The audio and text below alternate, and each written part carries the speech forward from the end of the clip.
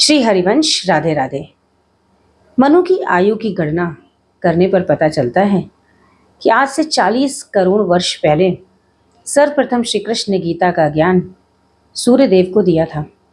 गीता का श्लोक नंबर 4.1, इमं विवस्वते योगं प्रोक्तवानहमव्ययं विवस्वान् मनवे प्राह मनुरिक्ष्वांक वे अब्रवीत।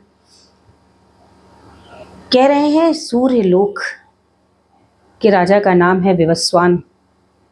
वहां पर भी राजा है, प्रजा है, हाथी घोड़े हैं। जैसे इस पृथ्वी लोक पर संसार संचालित हो रहा है, इसी तरीके से सूर्य लोक में भी देवता हैं। वैज्ञानिक चंद्रलोक तक तो पहुंच गए, परंतु सूर्य लोक पहुंचने की कल्पना भी नहीं कर सकते, क्योंकि इतना ताप कभी सह पाएंगे ये सोच भी नहीं सकते। सभी का शरीर, चाहे वो मनुष्य हो या देवी देवता, 5 तत्वों से ही मिलकर के बना है।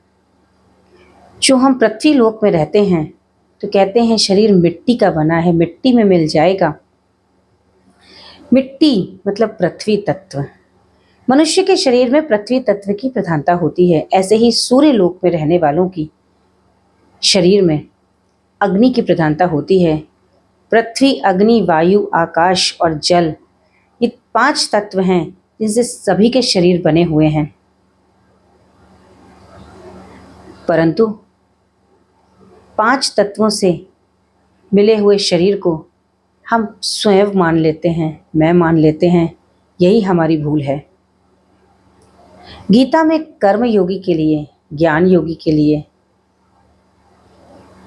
और भक्त के लिए साधनों का वर्णन है, कैसे प्रभु को पाएं। परंतु गीता भक्ति योग पर ही केंद्रित है, क्योंकि प्रभु कह रहे हैं मन मना भव मद भक्तो मद्याजी माम नमस्कुरु। मन मना, मेरा ही चिंतन करो, सदा मुझे ही भजो। मद भक्तो, मेरे ही भक्त बनो। मद्याजी, मेरी ही पूजा करो। माम नमस्कुरु, मुझे ही नमस्कार करो, मेरे सिवा कोई और है ही नहीं। ऐसे ही आप भी अपने घरों में जो भी विग्रह है आपके पास, उसको मान लीजिए यही प्रभु हैं। उन्हीं का चिंतन करिए, उन्हीं की पूजा करिए, उन्हीं के भक्त बनिए और उन्हीं को नमस्कार करिए।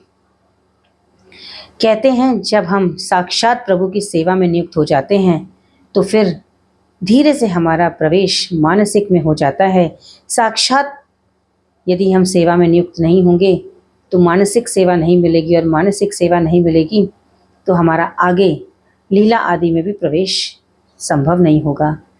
साक्षात प्रभु ही सब कुछ हैं, साक्षात श्री कृष्ण ही सब कुछ हैं, साक्षात लाल जू और प्रिया जी जू ही सब कुछ हैं। श्री हरिवंश। राधे राधे।